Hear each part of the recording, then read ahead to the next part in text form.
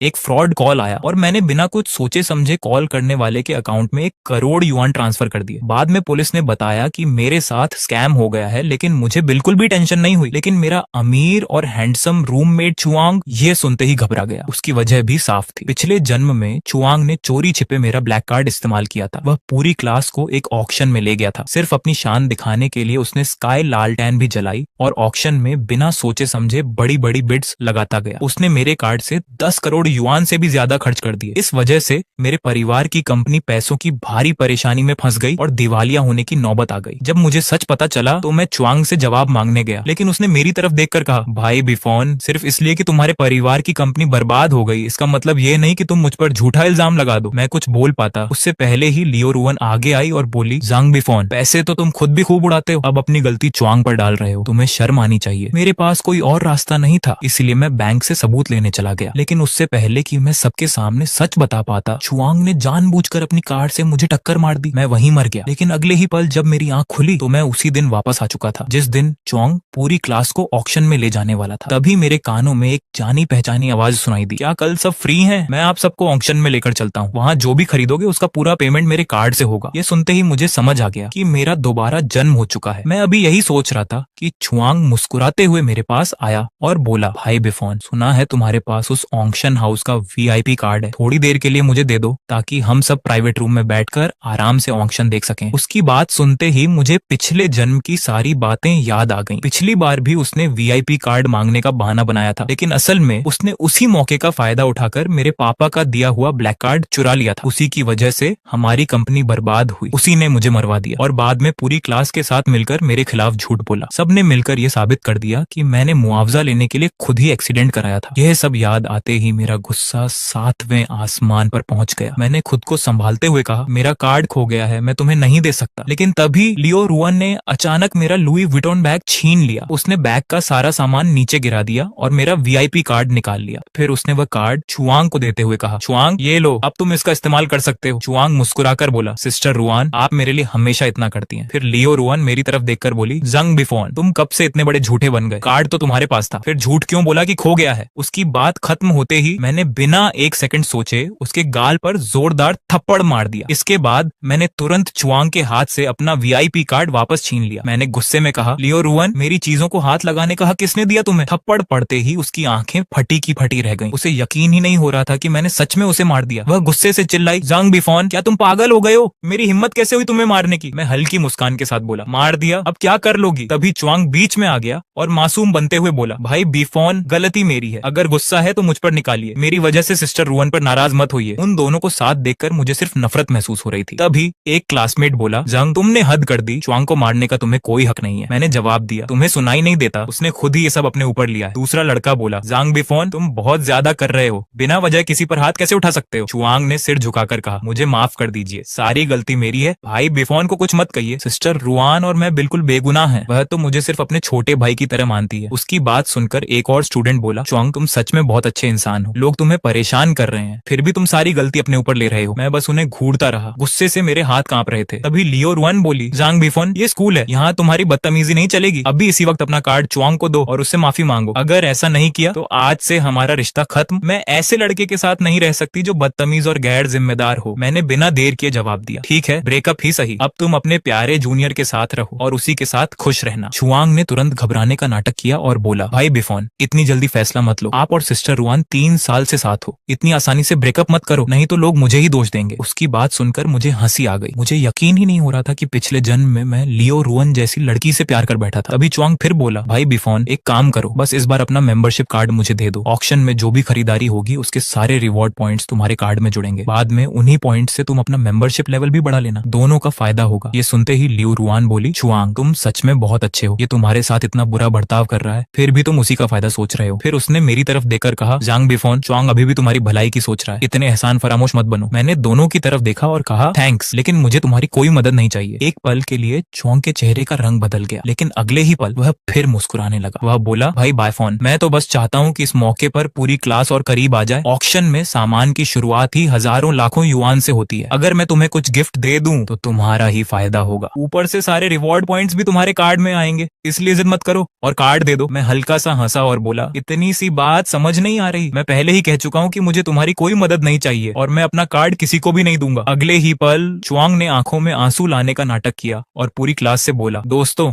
मुझे माफ कर देना, मैं तो बस चाहता था कि हम सबकी दोस्ती और मजबूत हो जाए, लेकिन अगर भाई बिफोन को ये पसंद नहीं है तो शायद अब मैं आप सबको ऑक्शन में नहीं ले जा पाऊंगा। गलती मेरी ही थी। इतना कहकर उसने रोने का नाटक शुरू कर दिया। उसे देखकर लियो रुअन का गुस्सा फूट पड़ा। वह सीधे मेरे पास आई, मेरे गाल पर जोरदार थप्पड़ मारा और मुझे लात मारकर नीचे गिरा दिया। वह चिल्लाई, जंग बिफोन, तुमने जानबूझकर ऐसा किया है ना? तुमसे चुआंग की तरक्की देखी नहीं जाती। वह अमीर है और पूरी क्लास को ऑक्शन में ले जा रहा है, इसलिए तुम उसे जल रहे हो। अब बाकी स्टूडेंट भी मेरे खिलाफ हो गए। एक लड़का बोला, थोड़ा शर्म करो, सिर्फ इसलिए कि तुम्हारे घर में पैसा है, खुद को सबसे बड़ा मत समझो। दूसरा बोला, अपना बैग तो देखो, पिछले साल वाला बैग लेकर घूम रहे हो और दूसरों को छोटा दिखा रहे हो। इतना कहते ही किसी ने पानी से भरा गिलास मेरी तरफ फेंक दिया। एक पल में मैं पूरा भीग गया, मेरे कपड़ों से पानी टपकने लगा। मैंने दांत भींचे, खुद को संभाला, पास पड़ी एक कुर्सी उठाई और पूरी ताकत से उनकी तरफ फेंक दी। सब डरकर चिल्ला उठे, बून, जांग बिफोन, क्या तुम पागल हो गए हो? मैंने दर्द की परवाह नहीं की। मैंने तुरंत अपना फोन निकाला और पुलिस को कॉल कर दिया। हेलो ऑफिसर, यहाँ कुछ लोग मिलकर मुझ पर हमला कर रहे हैं, प्लीज जल्दी आइए। जैसे ही सबने सुना कि मैंने पुलिस बुला ली है, लियो रुअन दौड़ कर आई, मेरे हाथ से फोन छीना और उसे जमीन पर पटक कर तोड़ दिया। वह गुस्से में बोली, झंग बिफोन, क्या तुम पागल हो? इतनी छोटी सी बात पर भी पुलिस बुला ली? मैंने उसकी आंखों में देखते हुए कहा, जब तुम सब मिलकर मुझ पर हमला कर रहे हो तो पुलिस क्यों नहीं बुलाऊंगा? वह फिर मुझे मारने के लिए आगे बढ़ी। मैंने सख्त आवाज में कहा, एक बार और हाथ लगाकर देखो, तुम्हारा हर थप्पड़ और हर चोट तुम्हारे खिलाफ सबूत बनेगी। करीब 10 मिनट बाद पुलिस आ गई। शोर सुनकर स्कूल के टीचर भी वहां पहुंच गए। पुलिस और टीचर्स ने मिलकर मामला शांत कराया। तब मैंने कहा, अगर तुम सब मुझे 1000 युआन कॉम्पेंसेशन दे दो तो मैं यही मामला खत्म कर दूंगा। पुलिस को भी मेरी बात ठीक लगी, लेकिन पूरी क्लास गुस्से में मुझे गालियां देने लगी। मैंने शांत होकर कहा, या तो अभी यही मामला खत्म कर लो या फिर कोर्ट में चलते हैं, वहां तुम सबके खिलाफ केस भी बनेगा, फैसला तुम्हारा है। ये सुनते ही सबकी बोलती बंद हो गई। आखिर में सबने मन मारकर 1000 युआन मेरे अकाउंट में ट्रांसफर कर दिए। मेरे लिए 1000 युआन कोई बड़ी बात नहीं थी, लेकिन उनके लिए ये आधे महीने के खर्च के बराबर था। उन्हें परेशान देखकर मुझे अंदर से सुकून मिला। दर्द हो रहा है ना? पिछले जन्म का हिसाब मैं अब धीरे धीरे बराबर करूंगा। पुलिस के जाने के बाद मैंने अपना बिखरा हुआ सामान उठाया और कॉलेज के बाहर बने अपने घर चला गया। घर पहुंचकर मेरी नजर अपने ब्लैक कार्ड पर पड़ी। तभी मुझे पता चला कि कार्ड का नंबर गलत था। मैं यही सोच रहा था कि अब क्या करूं। तभी मेरे फोन पर एक अनजान नंबर से कॉल आई। एक नजर में समझ गया कि यह कोई स्कैम कॉल है। पहले तो मैंने कॉल काटने का सोचा, लेकिन तभी मेरे दिमाग में एक जबरदस्त आइडिया आया। बिना एक सेकंड सोचे मैंने पूरे 1 करोड़ युआन उस स्कैमर के अकाउंट में ट्रांसफर कर दी। कुछ ही देर बाद मेरे पास पुलिस का फोन आया। ऑफिसर ने घबराकर कहा, सर आपके साथ स्कैम हुआ है, कृपया तुरंत अपना ब्लैक कार्ड ब्लॉक करवा दीजिए, नहीं तो आपके अकाउंट से और भी पैसे निकल सकते हैं। मैंने तुरंत उनकी बात मान ली। जैसे ही मेरा ब्लैक कार्ड ब्लॉक हुआ, मेरे चेहरे पर हल्की मुस्कान आ गई। फिर मैंने वह नकली ब्लैक कार्ड उठाया जिसे चुआंग मेरी नजर बचाकर असली कार्ड से बदल गया था और उसे सीधे कूड़ेदान में फेंक दिया। अगले दिन मैं तय समय पर ऑक्शन हॉल पहुंच गया। जैसा मैंने सोचा था, चुआंग और मेरी क्लास के कई स्टूडेंट पहले से ही वहां मौजूद थे। उन्हें देखते ही मैं मन ही मन मुस्कुरा दिया। मेरे प्यारे क्लासमेट्स, आज तुम सबका असली खेल देखने का समय आ गया है। ऑक्शन हॉल बहुत शानदार था। ऊपर बड़े बड़े क्रिस्टल के झूमर लगे थे जिनकी रोशनी पूरे हॉल में चमक रही थी। चारों तरफ महंगे परफ्यूम और शैंपेन की खुशबू फैली हुई थी। महंगे कपड़े पहने लोग आराम से घूम रहे थे और सबकी नजरें बार बार ऑक्शन स्टेज की तरफ जा रही थी। जैसे ही मैंने अंदर कदम रखा, मुझे महसूस हुआ कि कई लोग मुझे ही देख रहे हैं। दूसरी मंजिल पर बने वीआईपी रूम के बाहर चुआंग लियो रुआन के साथ खड़ा था। उनके आसपास वही लोग थे जिन्होंने पिछले जन्म में चुआंग का साथ देकर मेरी जिंदगी बर्बाद कर दी थी। जैसे ही चुआंग ने मुझे देखा, एक पल के लिए उसके चेहरे की मुस्कान गायब हो गई, लेकिन अगले ही पल उसने फिर मासूम बनने का नाटक शुरू कर दिया। हाँ, उसकी आंखों में छिपी चालाकी मुझसे छिप नहीं सकी। उधर लियो रुआन उसका हाथ पकड़े खड़ी थी। मुझे देखते ही वह ताने मारते हुए बोली, कुछ लोग अपनी औकात से बड़े सपने देखते हैं, खुद तो वीआईपी कार्ड नहीं ले पाए, फिर भी यहाँ चले आए। क्या इन्हें पता भी है कि ये कैसी जगह है? हर कोई यहाँ आने लायक नहीं होता। इतना सुनते ही एक लड़का बोला, बिल्कुल सही कहा सिस्टर रुआन, इसी को देख लो, पहले आपको और जूनियर चुआंग को मारा और अब यहाँ भी पहुंच गए। सच में इसकी शर्म तो खत्म ही हो चुकी है। मैं बस हल्का सा मुस्कुराया और उनकी किसी बात का जवाब नहीं दिया। मैं जाकर हॉल के एक शांत कोने में बैठ गया। पिछले जन्म में यही वह जगह थी जहाँ चुआंग मेरे चोरी किए हुए ब्लैक कार्ड से लगातार खरीदारी कर रहा था, सिर्फ लोगों को अपनी अमीरी दिखाने के लिए। वह एक से बढ़कर एक महंगी और बेकार चीजें खरीदता जा रहा था और आखिर में उसी की वजह से मेरे परिवार की कंपनी बर्बाद हो गई थी। लेकिन इस बार मैं सिर्फ यह देखना चाहता था कि मेरे असली ब्लैक कार्ड के बिना उसकी यह अमीरी कितनी देर टिकती है। कुछ ही देर बाद ऑक्शन शुरू हो गया। एक स्मार्ट सूट पहने ऑक्शनियर स्टेज पर आया। उसने मुस्कुराकर सबका स्वागत किया और पहली चीज सबके सामने रखी। पहली चीज एक पुरानी लैंडस्केप पेंटिंग है। इसकी शुरुआती बिड 5 लाख युआन होगी और अगली बिड कम से कम 50,000 युआन ज्यादा होगी। अब ऑक्शन शुरू होता है। उसकी बात खत्म होते ही किसी ने तुरंत अपना बिड पैडल उठा दिया। 6 लाख युआन। जैसा मुझे पहले से पता था, च्वांग ने भी बिना देर किए अपना पैडल उठा दिया। उसे देखकर उसके आसपास बैठे स्टूडेंट खुश होकर चिल्लाने लगे, वाह जूनियर च्वांग कमाल है, शुरुआत में ही 6 लाख युआन की बिड लगा दी। लियो रुआन के चेहरे पर भी गर्व साफ दिखाई दे रहा था। वह च्वांग का हाथ ऐसे पकड़े हुई थी जैसे वह पेंटिंग उसी ने जीती हो, और मैं आराम से शैंपेन की एक चुस्की लेते हुए पूरा तमाशा देख रहा था। च्वांग आज पूरी दुनिया को अपनी अमीरी दिखाने के मूड में था। वह लगातार बिड बढ़ाता गया और आखिर में 8,50,000 युआन में वह पेंटिंग खरीद ली। पेंटिंग जीतने के बाद उसने जानबूझकर मेरी तरफ देखा। उसकी आंखों में घमंड साफ दिख रहा था, लेकिन मैंने सिर्फ हल्की सी मुस्कान दी। उसे मेरे चेहरे पर जलन देखने की उम्मीद थी, लेकिन उसे कुछ भी नहीं मिला। मेरे शांत रहने से वह खुद ही उलझन में पड़ गया। शायद उसे लगा था कि पिछले जन्म की तरह मैं गुस्से और जलन से अपना आपा खो दूंगा, लेकिन इस बार ऐसा कुछ नहीं होने वाला था। ऑक्शन आगे बढ़ता रहा। एक के बाद एक महंगी चीजें स्टेज पर आती रहीं और च्वांग बिना सोचे हर चीज पर बिड लगाता गया। टैंग डायनेस्टी के ब्रॉन्ज मिरर से लेकर मिंग डायनेस्टी के रेयर पोर्सलेन तक लगभग हर कीमती चीज वही खरीद रहा था। हर बिड के साथ उसका कॉन्फिडेंस और बढ़ता जा रहा था और उसके आसपास बैठे लोग लगातार उसकी तारीफ कर रहे थे। एक लड़का बोला, वाह जूनियर च्वांग कमाल कर दिया, अब तक आप 3 चीजें खरीद चुके हैं, उनकी कुल कीमत लगभग 30 लाख युआन हो गई है। दूसरा लड़का बोला, जूनियर च्वांग सिर्फ हैंडसम और अच्छे इंसान ही नहीं बल्कि बहुत अमीर भी हैं। सच में आप तो परफेक्ट इंसान हैं। चारों तरफ से मिल रही तारीफ सुनकर च्वांग का घमंड और बढ़ गया। उसके चेहरे से साफ पता चल रहा था कि उसे लगने लगा था आज पूरी दुनिया उसी की है। लियो रुआन के चेहरे पर भी बड़ी सी मुस्कान थी। वह बार बार च्वांग के कान में कुछ फुसफुसा रही थी। दोनों को देखकर साफ पता चल रहा था कि उनके बीच रिश्ता अब काफी आगे बढ़ चुका है। मैंने अपनी घड़ी देखी और मन ही मन कहा, बस अब सही समय आ गया है। मैंने अपना फोन निकाला और एक नंबर मिलाया। कॉल उठते ही मैंने कहा, हेलो, क्या ये बैंक का रिस्क कंट्रोल डिपार्टमेंट है? मुझे एक अकाउंट की शिकायत करनी है। अकाउंट होल्डर का नाम च्वांग है। उसके अकाउंट से कुछ संदिग्ध ट्रांजैक्शंस हुई हैं। शक है कि किसी दूसरे का क्रेडिट कार्ड इस्तेमाल किया गया है। कृपया उसका अकाउंट तुरंत फ्रीज कर दीजिए। कॉल खत्म होते ही मेरे चेहरे पर हल्की सी मुस्कान आ गई। पिछले जन्म में च्वांग ने मेरे असली ब्लैक कार्ड से करोड़ों उड़ा दिए थे, लेकिन इस बार उसे अभी भी यही लग रहा था कि उसके पास मेरा असली ब्लैक कार्ड है। उसे क्या पता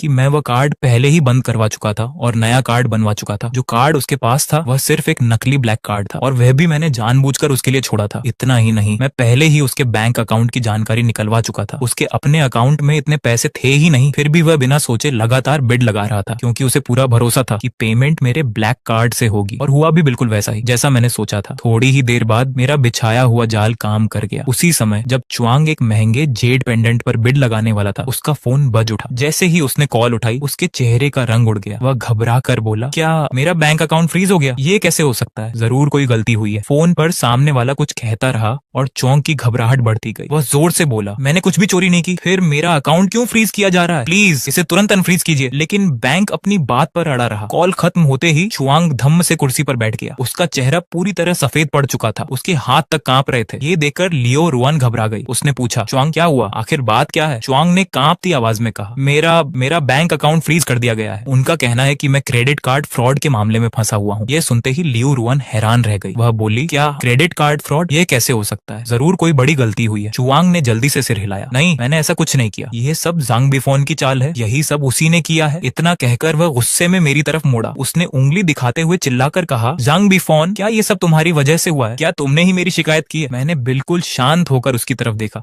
और मुस्कुराकर कहा, जूनियर च्वांग, बिना सबूत किसी पर इल्जाम लगाना अच्छी बात नहीं है। मैंने तुम्हारी कोई शिकायत नहीं की। हो सकता है बैंक को तुम्हारे किसी गलत काम की जानकारी मिल गई हो, इसलिए उन्होंने जांच शुरू की हो। मेरी बात सुनकर वह गुस्से से चिल्लाया, झूठ, मैंने कुछ गलत नहीं किया। मैंने तो सिर्फ तुम्हारा ब्लैक कार्ड इस्तेमाल किया था। मैंने कोई चोरी नहीं की। जैसे ही उसके मुंह से यह बात निकली, पूरा ऑक्शन हॉल एकदम शांत हो गया। हर कोई उसकी तरफ देखने लगा। सबके चेहरे पर हैरानी साफ दिखाई दे रही थी। भीड़ में किसी ने धीरे से कहा, क्या इसने जांग बिफोन का ब्लैक कार्ड इस्तेमाल किया था? तभी च्वांग को एहसास हुआ कि उससे बहुत बड़ी गलती हो गई है। वह जल्दी जल्दी बोला, नहीं, बात वैसी नहीं है, आप लोग गलत समझ रहे हैं। जांग बिफोन ने अपनी मर्जी से मुझे कार्ड दिया था। मैं हंस पड़ा। फिर उसकी आंखों में देखकर बोला, अपनी मर्जी से? च्वांग, जरा भी शर्म नहीं आती? मैंने तुम्हें अपना कार्ड कब दिया था? मैंने तो साफ मना किया था कि मैं अपना कार्ड किसी को नहीं दूंगा। तुम और लियो रुआन ने मिलकर मेरा कार्ड जबरदस्ती छीना था। अब उसे मेरी मर्जी कैसे बता रहे हो? च्वांग पूरी तरह घबरा गया। वह जल्दी जल्दी बोला, नहीं, मेरी बात सुनिए, जांग बिफोन कार्ड नहीं देना चाहता था, लेकिन मैं तो सिर्फ पूरी क्लास को ऑक्शन में लाना चाहता था। वह बहुत स्वार्थी था, इसलिए इसीलिए हम उसकी बात पूरी भी नहीं हुई थी कि मैंने बीच में ही रोक दिया। इसीलिए तुम लोगों ने मेरा कार्ड छीन लिया और मेरे साथ मारपीट भी की। फिर मैंने लियो रुआन की तरफ देखा। लियो रुआन, क्या तुम भूल गई कि स्कूल में तुमने मुझे थप्पड़ मारा था और फिर लात मारकर मुझे नीचे गिरा दिया था? इसके बाद मैंने बाकी क्लास की तरफ देखा और तुम लोग क्या भूल गए कि तुम सबने मुझ पर पानी फेंका था, सबके सामने मेरी बेइज्जती की थी। अब च्वांग का अकाउंट फ्रीज हो गया तो सारी गलती मेरे ऊपर डाल रहे हो। मेरी बात सुनते ही स्कूल वाली घटना सबको याद आ गई। कई स्टूडेंट शर्म से सिर झुकाकर खड़े हो गए। उन्हें भी पता था कि उस दिन उन्होंने हद से ज्यादा गलत किया था। मामला बिगड़ता देखकर ऑक्शनर तुरंत आगे आया। वह दोनों पक्षों को शांत कराकर मामला संभालने की कोशिश करने लगा। ऑक्शनर आगे आया और शांत आवाज में बोला, सर, मैडम, क्या आप लोग आगे बिडिंग जारी रखेंगे? अगर पेमेंट नहीं हो सकती तो अभी जो आइटम्स आपने जीती हैं उनकी दोबारा ऑक्शन करनी पड़ेगी। तभी च्वांग को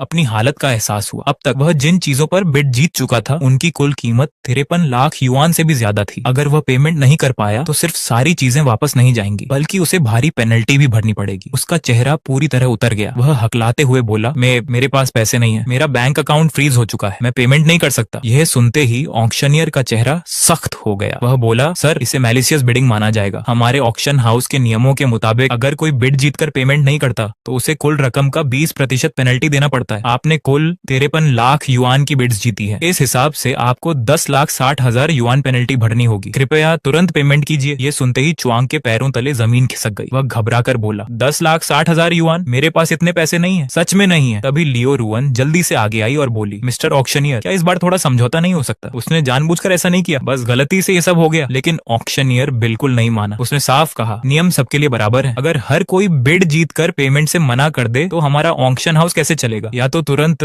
पेनल्टी भरिए वरना हमें कानूनी कार्रवाई करनी पड़ेगी। ये सुनते ही च्वांग और लियो रुआन दोनों के चेहरे उतर गए। दोनों जानते थे कि इतनी बड़ी रकम का इंतजाम करना उनके बस की बात नहीं थी। च्वांग का अकाउंट पहले ही फ्रीज हो चुका था और लायो रुआन का परिवार भी इतनी बड़ी रकम तुरंत नहीं दे सकता था। उसी समय काले सूट पहने कुछ लोग ऑक्शन हॉल में अंदर आए। उनमें से एक आगे बढ़ा और बोला, मिस्टर च्वांग, हम बैंक की इन्वेस्टिगेशन टीम से हैं। जांच में पता चला है कि आपने किसी दूसरे व्यक्ति का क्रेडिट कार्ड बिना अनुमति इस्तेमाल किया। आपको हमारे साथ चलकर जांच में सहयोग करना होगा। यह सुनते ही च्वांग के हाथ पैर फूल गए। वह पीछे हटते हुए बोला, नहीं, मैं कहीं नहीं जाऊंगा, मैंने कुछ भी चोरी नहीं की, मैं नहीं जाऊंगा। लेकिन बैंक की टीम बहस करने नहीं आई थी। वे सीधे आगे बढ़े और च्वांग को पकड़ लिया। लियो रुआन बीच में आई, लेकिन टीम के एक आदमी ने सख्त आवाज में कहा, मैडम, सरकारी कार्रवाई में रुकावट मत डालिए। जब च्वांग को बाहर ले जाया जा रहा था वह पूरी ताकत से छूटने की कोशिश कर रहा था। उसने पीछे मुड़कर मेरी तरफ देखा। उसकी आंखों में गुस्सा, नफरत और बेबसी साफ दिखाई दे रही थी। दांत पीसते हुए वह चिल्लाया, जंग बिफोन, मैं तुम्हें कभी नहीं छोड़ूंगा, इसका बदला जरूर लूंगा। मैं वहीं खड़ा उसे जाते हुए देखता रहा। मेरे चेहरे पर कोई भाव नहीं था क्योंकि अभी तो खेल शुरू हुआ था। पिछले जन्म का पूरा हिसाब अब एक एक करके बराबर होगा। च्वांग के जाने के बाद लियो रुआन वहीं बैठकर रोने लगी और जो लोग कुछ देर पहले तक च्वांग की तारीफ करते नहीं थक रहे थे वे सब धीरे धीरे उससे दूरी बनाने लगे। उन्हें डर था कि कहीं वे भी इस केस में न फंस जाएं। हंगामे की वजह से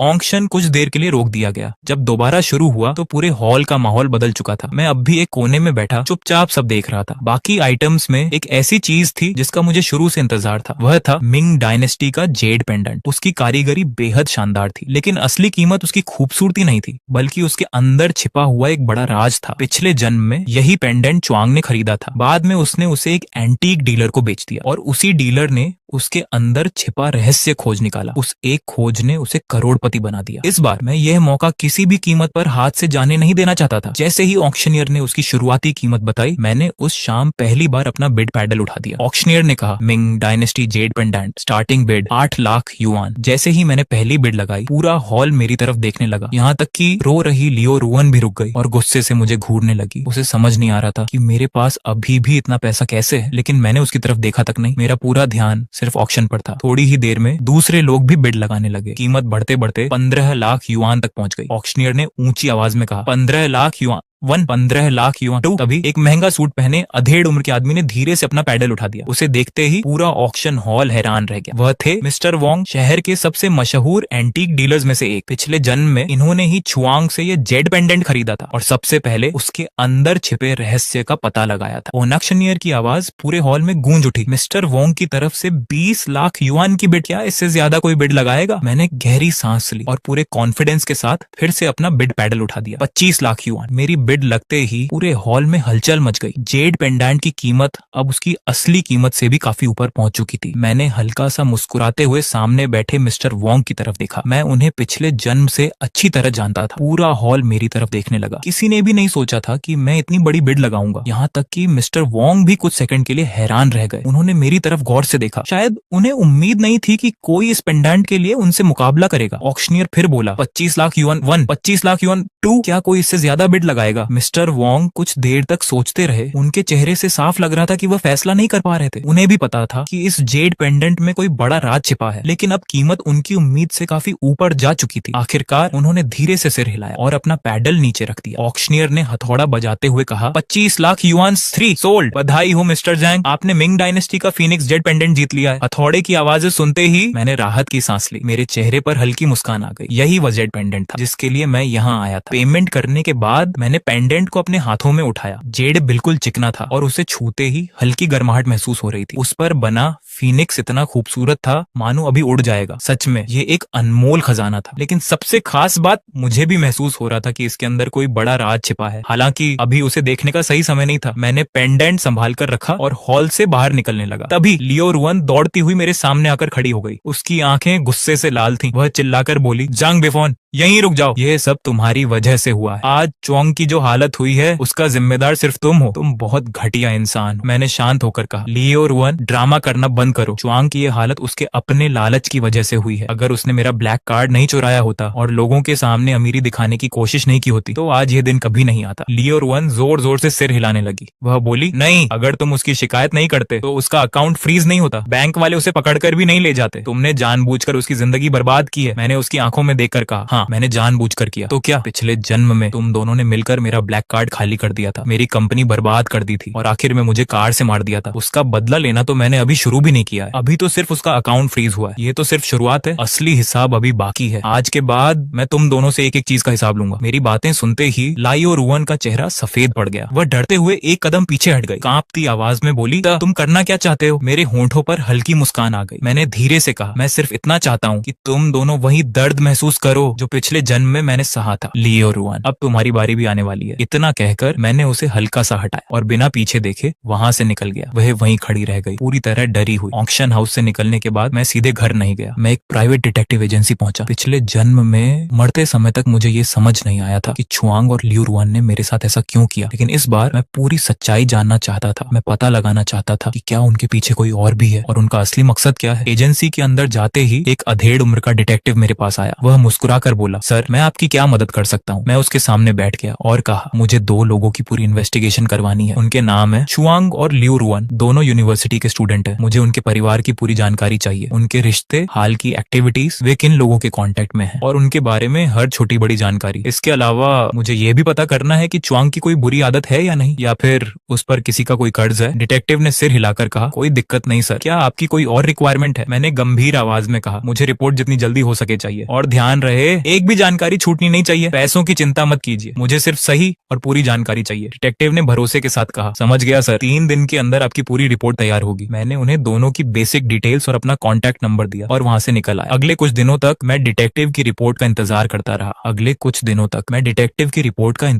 रहा। साथ ही अपनी कंपनी के काम पर भी पूरा ध्यान देने लगा, क्योंकि पिछले जन्म में चुआंग ने मेरे ब्लैक कार्ड का गलत इस्तेमाल करके मेरी कंपनी को बर्बादी के कगार पर पहुंचा दिया था। इस बार मैंने पहले से ही पूरी तैयारी कर ली थी। मैंने सिर्फ अपना ब्लैक कार्ड ही नहीं बदला, बल्कि अपनी कंपनी का पूरा फाइनेंशियल सिस्टम भी पहले से मजबूत कर दिया था, ताकि पिछली जिंदगी वाली गलती दोबारा कभी ना हो। 3 दिन बाद आखिरकार डिटेक्टिव का फोन आया। उसने कहा, सर, हमें कई जरूरी जानकारी मिल गई है। मैं तुरंत कार लेकर उसकी डिटेक्टिव एजेंसी पहुंच गया। अंदर जाते ही उसने मेरे हाथ में एक मोटी रिपोर्ट फाइल दी। वह बोला, सर, इसमें पूरी इन्वेस्टिगेशन रिपोर्ट है। मैंने फाइल खोली और उसकी बात ध्यान से सुनने लगा। डिटेक्टिव बोला, चुआंग के परिवार की आर्थिक हालत बहुत खराब है। उसके माता पिता साधारण नौकरी करते हैं। उसकी एक छोटी बहन भी है जो गंभीर बीमारी से जूझ रही है। उसके इलाज में बहुत पैसा खर्च होता है। कॉलेज में चुआंग खुद को बहुत अच्छा और मददगार दिखाता है, लेकिन असल में वह बेहद घमंडी है और सबसे ज्यादा वह आपकी दौलत और फैमिली बैकग्राउंड से जलता है। वह वह हमेशा आपकी जगह लेना चाहता था। मैंने सिर हिलाया, फिर पूछा, लियो रुआन के बारे में क्या पता चला? डिटेक्टिव ने अगला पेज खोला। उसके परिवार की हालत चुआंग से बेहतर है। उसके पिता की अपनी कंपनी है, लेकिन पिछले कुछ समय से उनकी कंपनी भारी नुकसान में चल रही है। हालत ऐसी है कि कंपनी कभी भी बंद हो सकती है। इसी वजह से लियो रुआन ने चुआंग का साथ दिया। चुआंग ने उससे वादा किया था कि अगर दोनों मिलकर आपका ब्लैक कार्ड हासिल कर लें तो उसी पैसे से उसके पिता की कंपनी बचाई जा सकती है। डिटेक्टिव कुछ पल रुका, फिर बोला, हमें यह भी पता चला कि वह आपसे पहले ही बोर हो चुकी थी। उसे लगता था कि आपकी जिंदगी में कोई एक्साइटमेंट नहीं है, जबकि चुआंग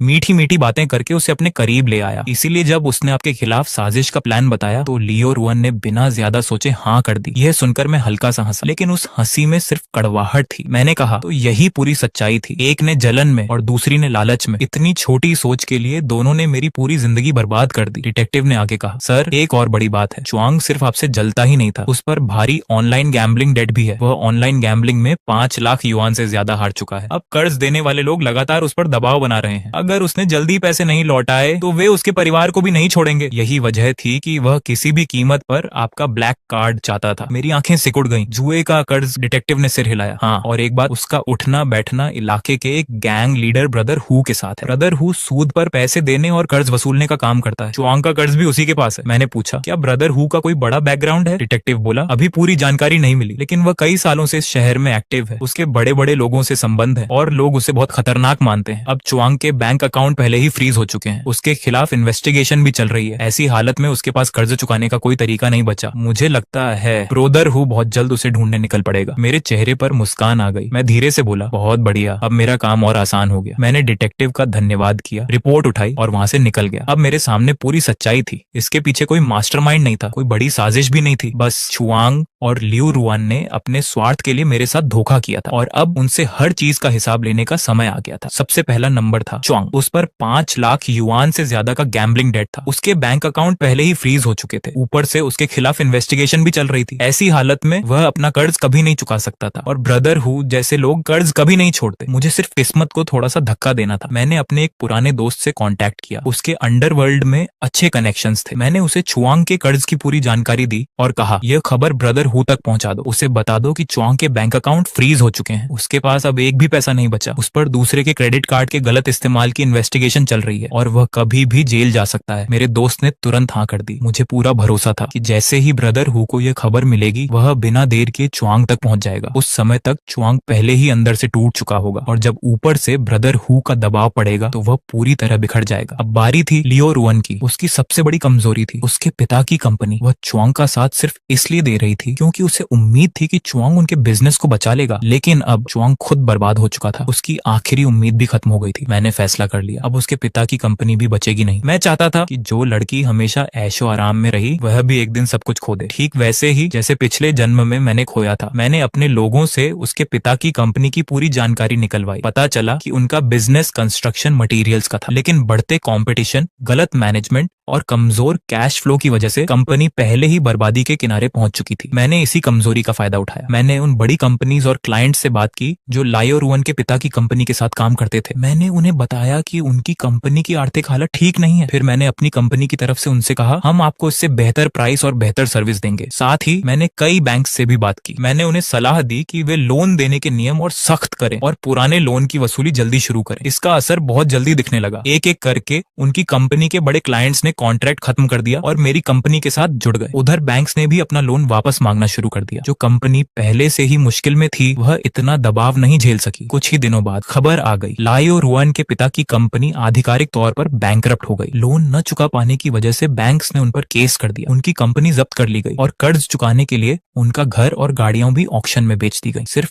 एक रात में लियो रुआन की पूरी आलीशान जिंदगी खत्म हो गई। कुछ समय बाद कॉलेज में ये बात फैल गई कि वह इस सदमे को सहन नहीं कर पाई। उसकी मेंटल कंडीशन भी बिगड़ गई। वह पूरे कैंपस में घूम घूम कर लोगों से कहती थी, जैंग बिफोन ने मेरा परिवार बर्बाद कर दिया। लेकिन किसी ने उसकी बात पर भरोसा नहीं किया। सबको याद था उसने और चुआंग ने मेरे साथ क्या किया था। हर किसी ने यही कहा, वह अपने कर्मों की सजा भुगत रही है। उधर चुआंग की हालत भी उससे अच्छी नहीं थी। जब ब्रदर हु को पता चला कि चुआंग न तो अपना कर्ज चुका सकता है और न ही जेल जाने से बच सकता है तो वह बहुत गुस्से में आ गया। उसने तुरंत अपने लोगों को चुआंग के पीछे भेज दिया। उन्होंने चुआंग की बुरी तरह पिटाई की और साफ कह दिया, अगर जल्दी पैसे नहीं लौटाए तो अगली बार तुम्हारी टांगें तोड़ देंगे या फिर तुम्हारे परिवार तक पहुंच जाएंगे। बेबस होकर चुआंग मदद मांगने लियो रुआन के पास गया, लेकिन उस समय लियो रुआन खुद अपनी जिंदगी नहीं संभाल पा रही थी। अपने परिवार की बर्बादी के बाद वह हर बात के लिए चुआंग को ही दोष देती थी। जब चुआंग ने उससे मदद मांगी तो उसने मदद करने से साफ मना कर दिया। इतना ही नहीं, उसे धक्का देकर घर से बाहर निकाल दिया। अब चुआंग के पास कुछ भी नहीं बचा था। उस पर गैम्बलिंग का भारी कर्जा था, क्रेडिट कार्ड फ्रॉड का केस चल रहा था और रहने के लिए भी कोई जगह नहीं बची थी। चारों तरफ से घिरकर उसने सबसे खतरनाक फैसला लिया। उसे पता चला कि मैं अक्सर एक खास कैफे में अपने क्लाइंट से मिलता हूँ। उसने वहीं मेरा इंतजार करने का फैसला किया। एक दोपहर बिजनेस मीटिंग खत्म करके जैसे ही मैं कैफे से बाहर निकला, अचानक एक आदमी मेरी तरफ दौड़ा। उसके हाथ में फल काटने वाला चाकू था और उसने सीधा मुझ पर हमला कर दिया। लेकिन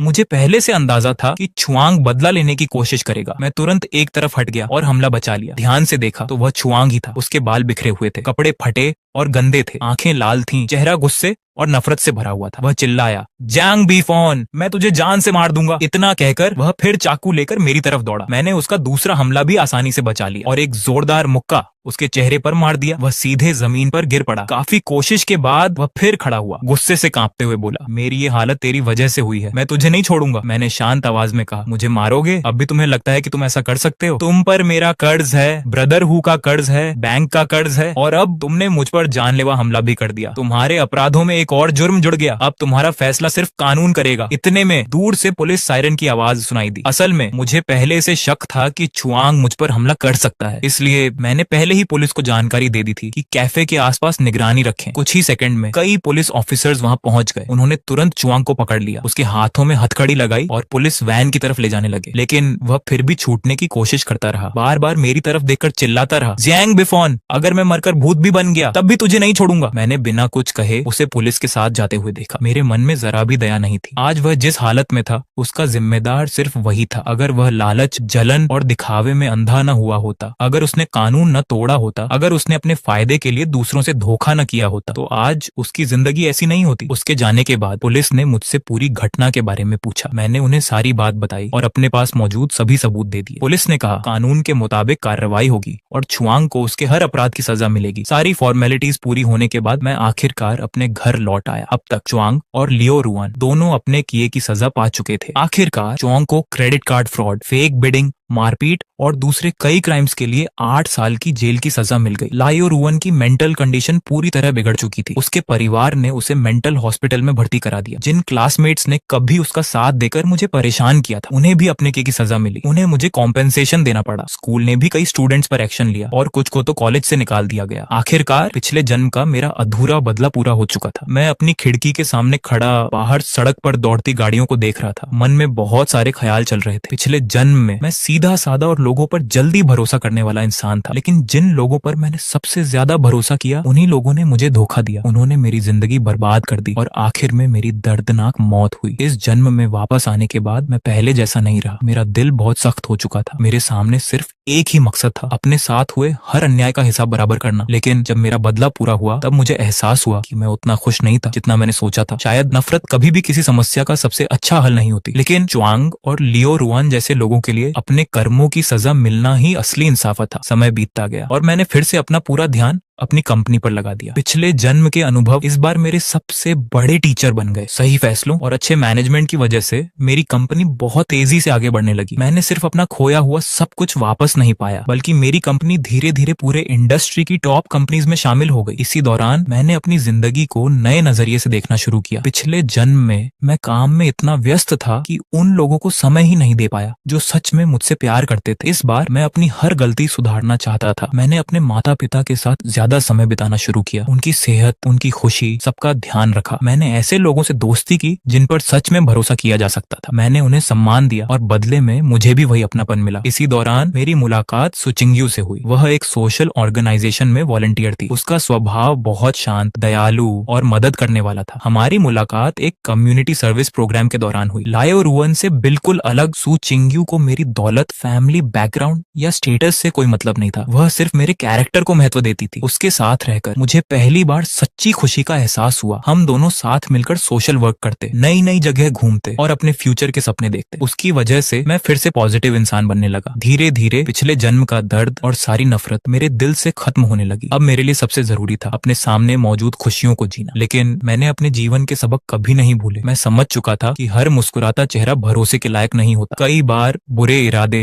दोस्ती के पीछे छिपे होते हैं। इसलिए मैंने फैसला किया कि आगे से हमेशा सतर्क रहूंगा, अपने साथ और अपने परिवार की भी हमेशा रक्षा करूंगा। लेकिन मैं नफरत को फिर कभी अपने ऊपर हावी नहीं होने दूंगा। जो लोग अच्छे होंगे उनके साथ हमेशा सम्मान और दया से पेश आऊंगा। इसी सोच के साथ जिंदगी आगे बढ़ती रही। कई साल बीत गए। मेरी कंपनी अब पूरे देश में मशहूर हो चुकी थी। लोग मुझे एक सफल बिजनेसमैन के रूप में जानने लगे। कुछ समय बाद मैं और सू चिंगयू शादी के बंधन में बंध गए। हमने मिलकर एक खुशहाल परिवार बनाया। फिर हमारे घर एक प्यारे बच्चे ने जन्म लिया। हमारी जिंदगी शांति, प्यार और खुशी से भर गई। उधर चुआंग अब भी जेल में था। लोगों के मुताबिक वह जेल के अंदर भी लड़ाई झगड़े करता रहता था। इसी वजह से उसकी सजा में 2 साल और बढ़ा दिए गए। और लिया और रुवन आज भी मेंटल हॉस्पिटल में थी। वह कभी सामान्य जिंदगी में वापस नहीं लौट सकी। जिन क्लासमेट्स ने कभी मेरा मजाक उड़ाया था उनकी जिंदगी भी अच्छी नहीं रही। कुछ लोग कुछ भी हासिल नहीं कर पाए और कई लोग कर्ज में डूब गए। कभी कभी मैं आज भी अपने पिछले जन्म को याद करता हूँ। वो यादें आज भी हल्का सा दर्द देती हैं। लेकिन अब मेरे दिल में सिर्फ एक एहसास बचा है, स्वीकार करने का। अब वह सब सिर्फ एक बुरे सपने जैसा लगता है। और जब मैं उस सपने से जागा तो मेरी जिंदगी पूरी तरह बदल चुकी थी। उसी दर्द ने मुझे पहले से ज्यादा मजबूत, समझदार और परिपक्व बना दिया। अब मुझे पता था कि मेरी मंजिल अभी बहुत दूर है। आने वाले सालों में मैं अपनी कंपनी को और ऊंचाइयों तक ले जाऊंगा। अपने परिवार को हमेशा खुश रखूंगा और जिस खुशी के लिए मैंने इतना लंबा संघर्ष किया उसकी हमेशा रक्षा करूंगा। साथ ही अपनी सफलता का इस्तेमाल जरूरतमंद लोगों की मदद करने में करूंगा। क्योंकि मैं एक बात अच्छी तरह समझ चुका था, अगर इंसान अपनी अच्छाई कभी ना छोड़े, हर हाल में आगे बढ़ता रहे और जिंदगी के लिए हमेशा शुक्रगुजार रहे, तो उसकी जिंदगी हर दिन पहले से ज्यादा बेहतर होती चली जाती है।